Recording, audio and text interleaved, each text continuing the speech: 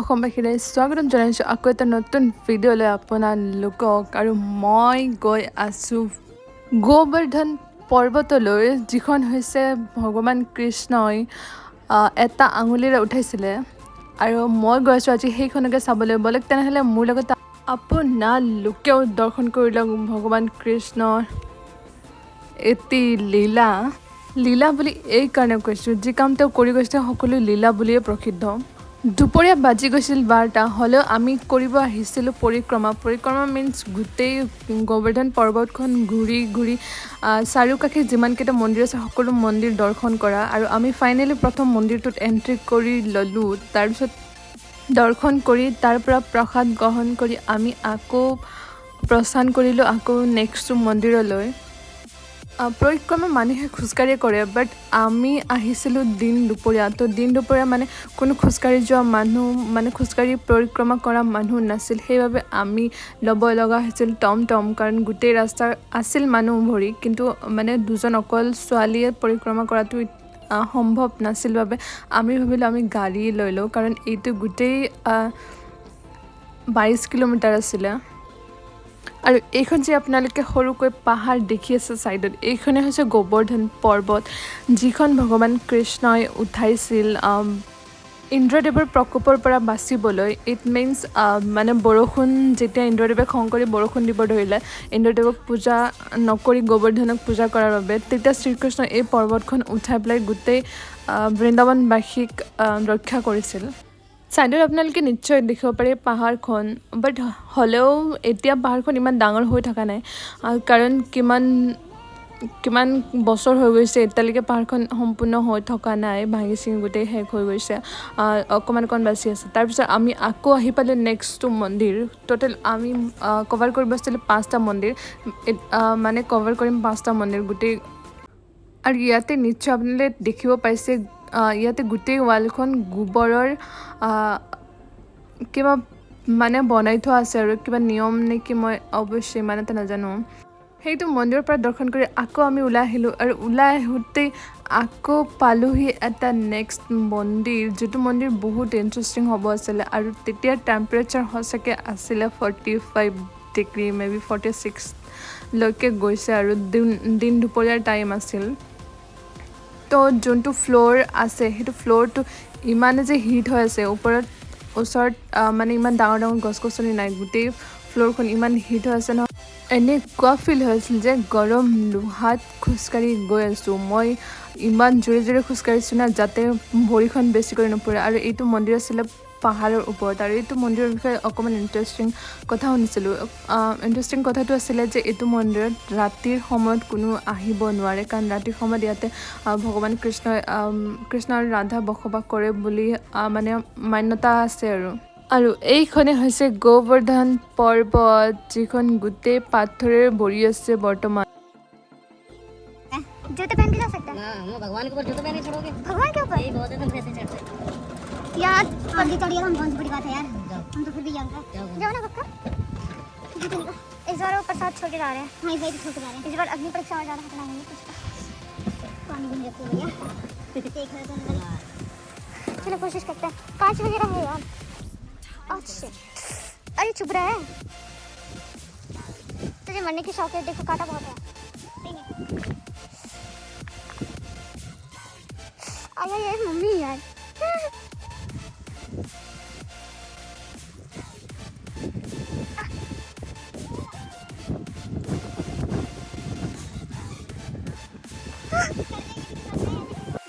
আৰু এইখন হৈছে গোবৰ্ধন পৰ্বত, যিটোত আমি ক'লোঁ বেলেগতকৈ অকণমান বেলেগ এক্সপিৰিয়েঞ্চ ল'লোঁ আমি।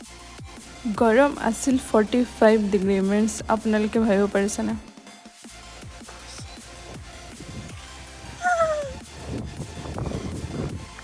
ऊपर कांटा है, पानी पर चढ़ो, जो बच्चों को जो है वो भी चढ़ नहीं पाएंगे। चलो उतरे।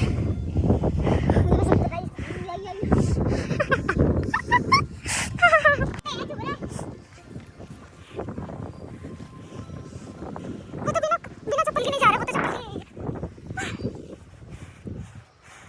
बस, तुझे बड़ा चढ़ने की शौक थे ना मम्मी। ये कांटा चुभ रहा है।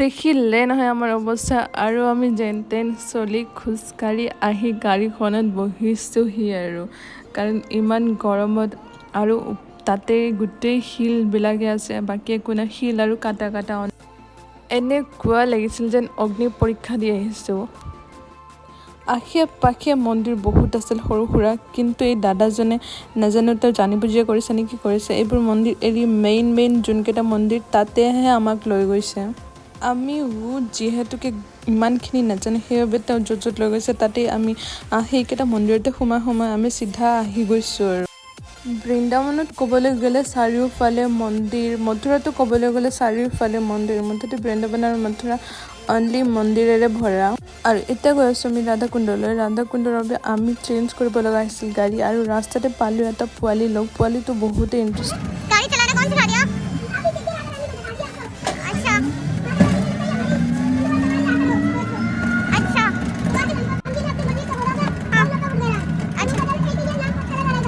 अच्छा अब तो बड़े स्मार्ट हो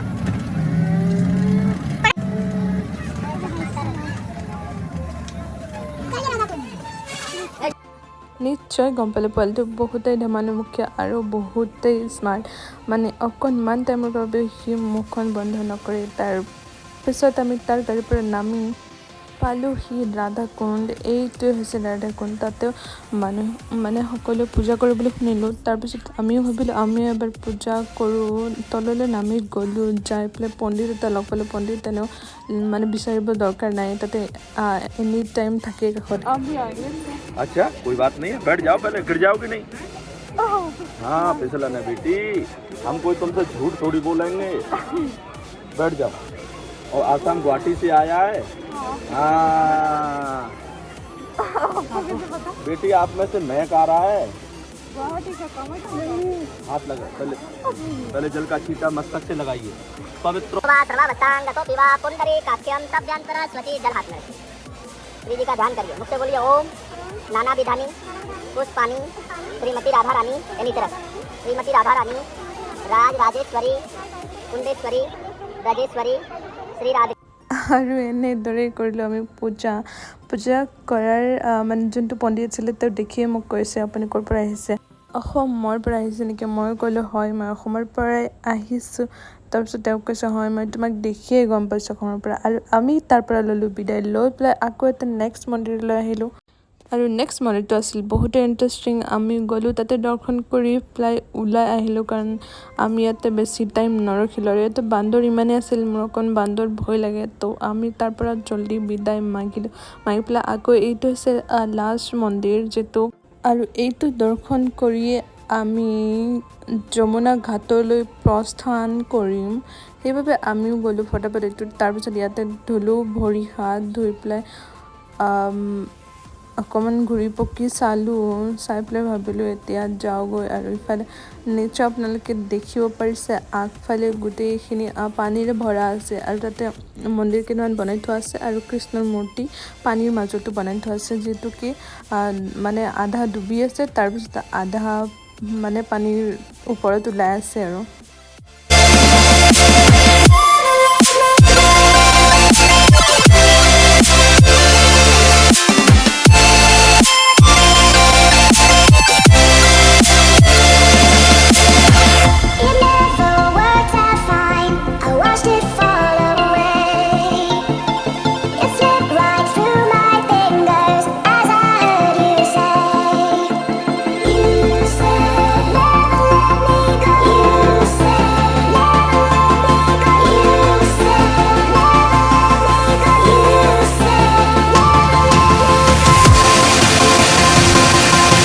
আৰু এইখিনি চাই আমি ইয়াৰ পৰা ল'লোঁ বিদায় কাৰণ আকৌ যাম আমি যমুনা ঘাটলৈ আৰু আমাৰ পৰিক্ৰমা হৈছে ইমানতে সমাপ্ত তাৰপিছত আমি ভাবিলোঁ অকণমান কিবা নহয় কিবা এটা খাই লওঁ কাৰণ দিনবোৰ খোৱা নাই তাৰপিছত আমি কুঁহিয়াৰ ৰস খাই গাড়ীত উঠি ফাইনেলি পালোঁহি আকৌ মথুৰা গোবৰ্ধনৰ পৰা মথুৰালৈকে কমচে কম 1 ঘণ্টাৰ ৰাস্তা আমি 1 ঘণ্টাৰ ৰাস্তা ফাইনেলি আহি পেলাই আমি 4টামান বজাত পালোঁহি আৰু 4টামান বজাত পাই মই ভাবিলোঁ আহিছোঁ যে যমুনাৰ ঘাটটো চাই যাম তাৰপিছত বহুতো ভিডিঅ'ত মই দেখিছোঁ যমুনাৰ ঘাটটো সেইবাবে বহুত দিনৰ পৰাই মন কৰি আছিল এবাৰ নহওক এবাৰ যমুনা ঘাটলৈ গৈ চাম মই তাৰপিছত আজি সৌভাগ্যক্ৰমে আহি পালোহি এইটো ঘাটৰ পৰা যমুনা ঘাটৰ মন্দিৰটোৰ ওচৰলৈ আমি যাব লাগিব কমচে কম 200 মিটাৰ মান ইতিমধ্যে আজিকালি যমুনা ঘাটৰ পানী আগৰ দৰে চাফা হৈ থকা নাই কাৰণ সকলোৱে কয় আগতে বহুত চাফ আছিল ইয়াৰ পানী সকলোৱে ব্যৱহাৰ কৰিছিল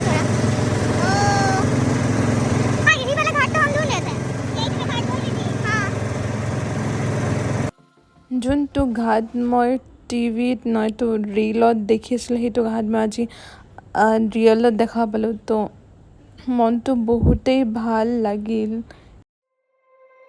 You said never let me go. You said never let me go. You said never let me go. You said never let me go. You said never let me go. You said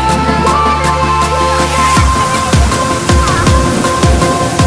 ধন্যবাদ আপোনালোকৰ ভিডিঅ'টো ইমান দূৰলৈ চোৱাৰ বাবে আৰু যদি ভিডিঅ'টো ভাল লাগিছে কমেণ্ট আৰু লাইক আৰু ছাবস্ক্ৰাইব কৰিব একদমেই নাপাহৰিব কমেণ্ট কৰি জনাব যে আপোনালোকে ক'ৰ পৰা চাইছে আৰু কেনেকুৱা লাগিছে ভিডিঅ' আৰু কেনেকৈ বনালে আপোনালোকে বেছি ভাল পাব আৰু আপোনালোকে যদি আহে চিধা কামাখ্যা ষ্টেচনৰ পৰা টিকেট কাটক দিল্লীলৈকে আৰু দিল্লীৰ পৰা আপোনালোকে চিধা যাওক মথুৰালৈকে মথুৰাৰ পৰা আপোনালোকক সৰু সুৰা গাড়ী পায়ে যাব আৰু মথুৰা আৰু বৃন্দাবন এনেকুৱা ঠাই য'ত গাড়ী 24 ঘণ্টা চলি থাকিব ৰাতিপুৱা আন্ধাৰৰ পৰা পোহৰ হোৱালৈকে আৰু সন্ধিয়া আন্ধাৰ মানে 24 আৱাৰ পাবই গাড়ী আপোনালোকে যেতিয়াই মন যায় আপোনালোকে তেতিয়া আহি দৰ্শন কৰি যাওক প্ৰভুৰ নগৰীখন ৰুম আপোনালোকে পাই যাব তাতে 1200 মানত এটা ৰুম লৈ মানে এদিন দুদিনৰ কাৰণে নাহিব কমচে কম 3 দিন 4 দিন মানৰ প্লানিং কৰি আহিব কাৰণ এদিন দুদিনত একো ৱেব চোৱা নহয় আমি ইমান কষ্টত ঘূৰিছোঁ এই দুদিনত ইফালৰ পৰা সিফালে ৰাতিলৈকে আৰু ৰাতিপুৱাই উঠি আকৌ দুপৰীয়ালৈকে আৰু দিনটো লগন ভোগে থাকি আৰু ফাইনেলি সন্ধিয়া খাই বৈ আমি বিদায় মাৰিলোঁ বা আকৌ লগ